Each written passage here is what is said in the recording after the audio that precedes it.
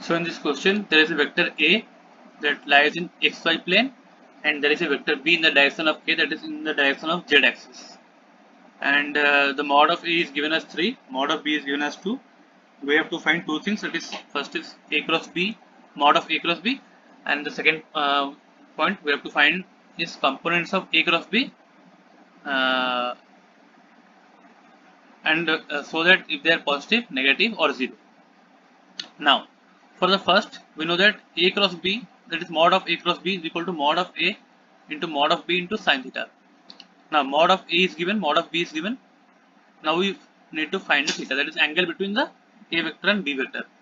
Now, A lies in the xy plane and B is in the direction of z axis.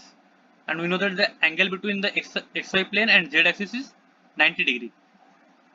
So we can say that the angle between A and